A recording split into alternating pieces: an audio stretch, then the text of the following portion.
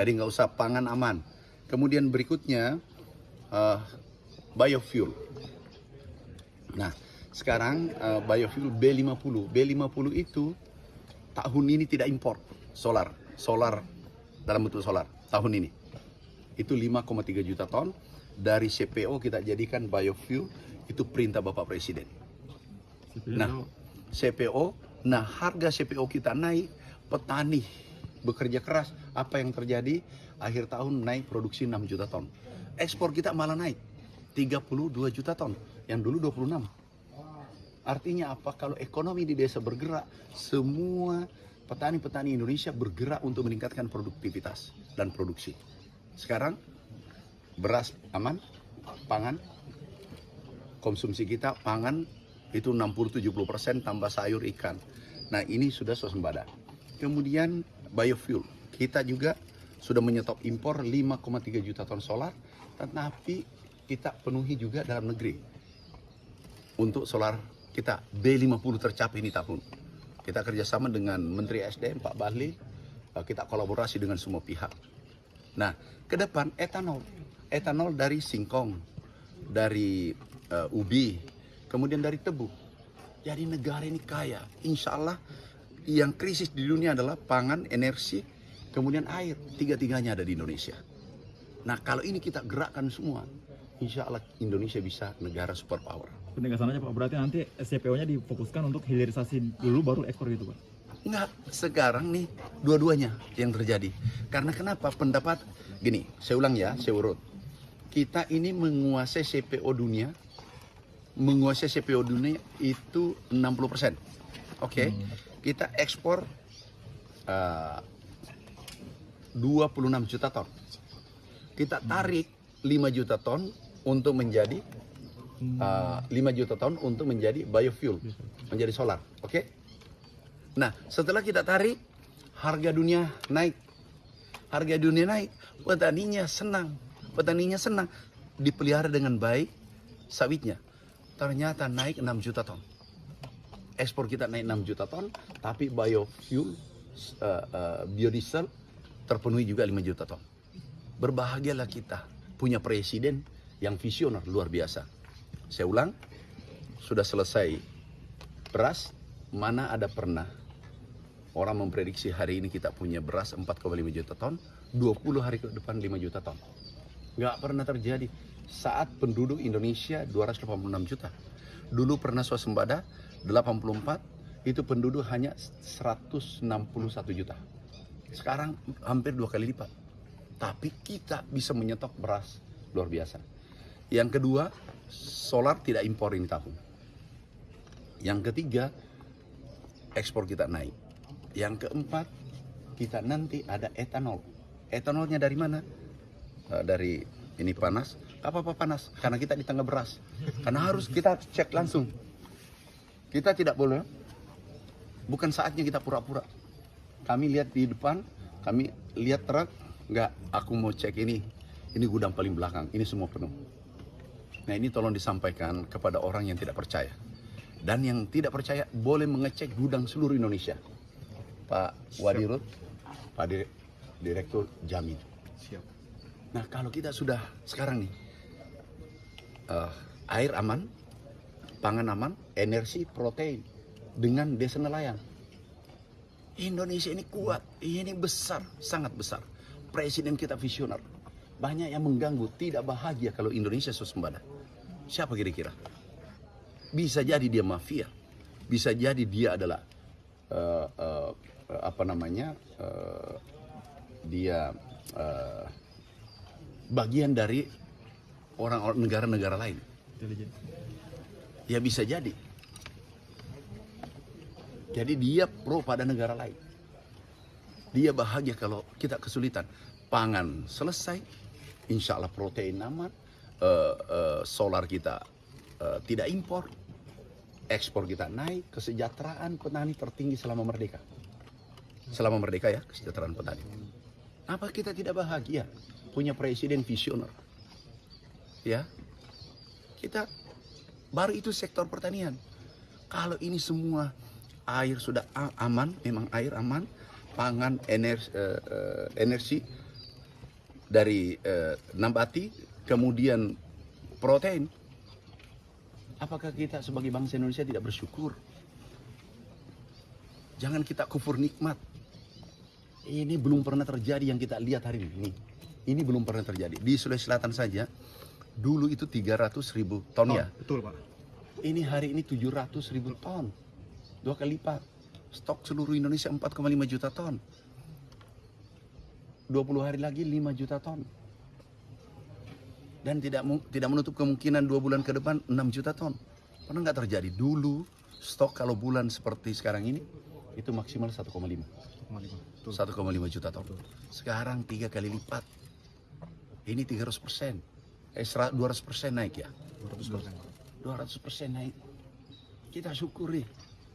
Tolong sekali lagi saudaraku, sahabatku. Udahlah, ayo kita gandengan tangan. Merah putih negeri ini kita milik bersama. Kalau Anda hari ini adalah Anda yang pengkritik, bisa jadi berikutnya Anda masuk di pemerintahan. Hari ini Anda pengkritik, bisa jadi anak Anda atau cucu Anda memimpin republik ini ke depan. Jaga gini republik ini depan.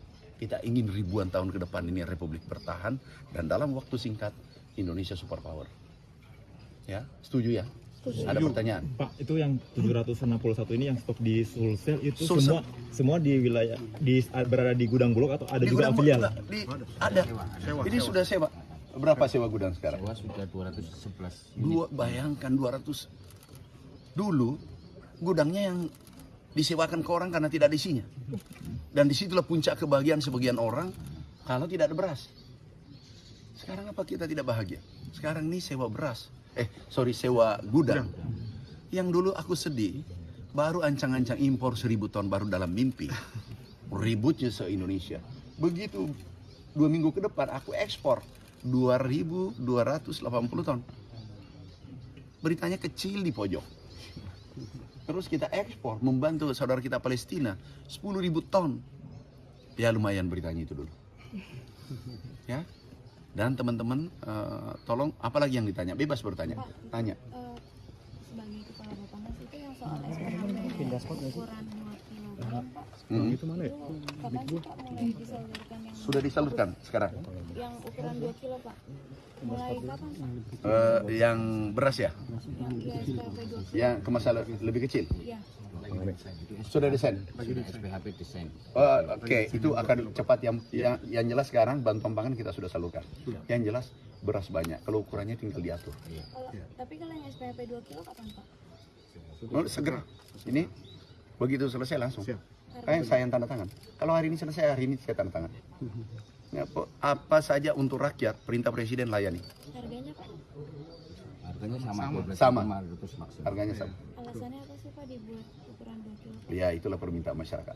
Karena tidak mungkin permintaan Bulog.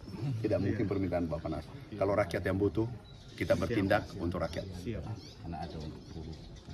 Ada katanya buruh harian macam-macam. Oke. Pak, kemarin di Rut Bulog ada bilang soal hilirisasi beras yang turun mutu jadi tepung beras ini. Bagus.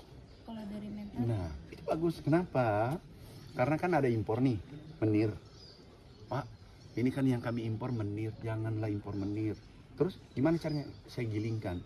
Ini beras bagus, ini aku menirkan. Selesai kan? Yang penting beras kan? Jadi yang impor beras menir itu pecah, aku pecahkan, giling kembali. Benar itu Pak Dirut? Artinya seluruh sektor kita tutup, kita manfaatkan. Biasanya impor itu sampai 200-500 ribu ton. Indonesia ada, ayo ambil di gudang kita. Karena dia butuh beras pecah, kita pecahkan dulu. Gimana?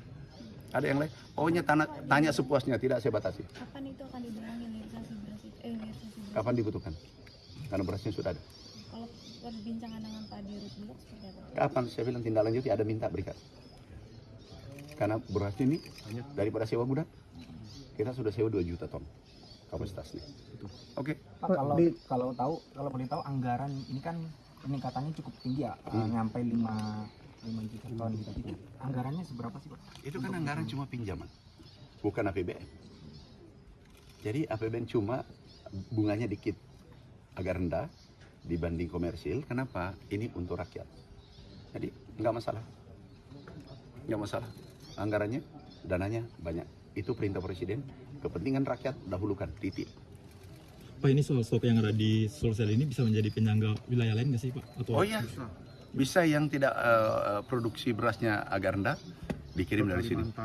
Ini dikirim Kalimantan, Papua, tapi Papua sudah mulai karena ada Maroke. Maluku. Pak, di Maluku. tengah cuaca ekstrim panas berkepanjangan ini katanya Nah, ada penurunan hasil panen daripada petani. Untuk mencegah mungkin penurunan hasil panen sendiri itu gimana Pak? Oke, ini panas. Ini kayaknya dampaknya sekarang mulai terasa. Gini, itu Godzilla kan? Iya. Katanya kering 6 bulan. Oke. Tapi sepertinya masih lebih tinggi dulu El Nino yang dulu, 2015. Kami sudah pengalaman mengelola El Nino bersama teman-teman. 2015, 2023, 2024. La Nina El Nino. Oke, kita kembali. Perkiraan itu 6 bulan. Sekarang stok kita tertinggi selama merdeka. 4,5 juta. Insya Allah 20 hari, 10 hari, 20 hari ke depan itu 5 juta. Tertinggi ya, sepakat ya. Yang kedua adalah yang ada di Horeca sesuai data kita yang kelola itu 12,5 juta ton. Di hotel, restoran dan catering. Itu 12,5 juta ton. Kemudian standing crop kita. Yang standing crop adalah yang ditanam sekarang siap panen. Itu 11 juta ton. Berarti sudah 23 juta ton. Oke. Nah, kemudian tambah ini 23, anggap depan 28. Kalau bagi 2,5, 4, 8 ya 10. 12 ya. 8 bagi ya 11 lah, 11 bulan. Artinya 11 bulan ke depan ini aman. Stoknya. Oke. Untuk rakyat Indonesia 11 bulan ke depan aman. Sedangkan kekeringan 6 bulan. Berarti aman kan? Ada tambahannya lagi. Seluruh irigasi pompanisasi yang kami rancang itu produksinya minimal 2 juta ton per bulan. 2 juta ton kali 6 berarti 12 juta. Artinya sampai 12 berarti bisa 4 bulan lebih.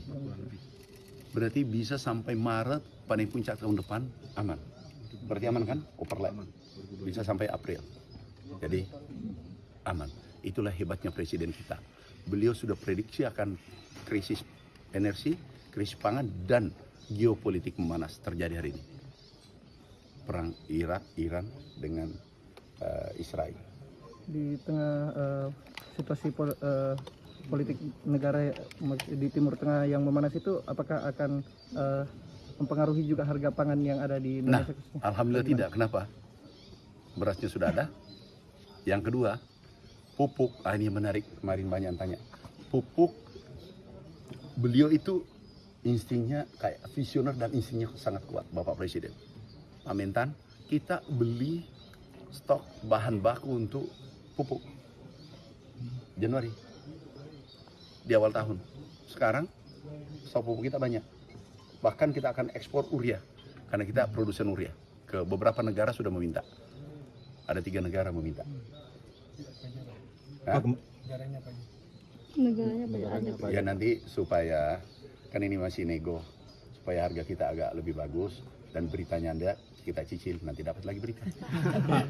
Pak, kemarin Kalau soal pestisida kan Bapak janji mau jawab pestisida kan yang bahan bakunya langka. Ah. Produsen pestisida nih Yang nggak bisa nahan nih 20-30% akan naik Pak harganya. begini, pestisida itu kuantumnya tidak terlalu besar kan, benar nggak? Mudah-mudahan tidak ada hama, ya kan? Mudah-mudahan tidak ada hama. Jadi kuantumnya kan tidak terlalu besar. Nah, aku minta juga seluruh pedagang pengusaha pestisida. Aku kan punya dulu pabrik pestisida, rodentisida. Tapi saya sudah tutup karena saya jadi menteri. Jangan sampai difitnah orang.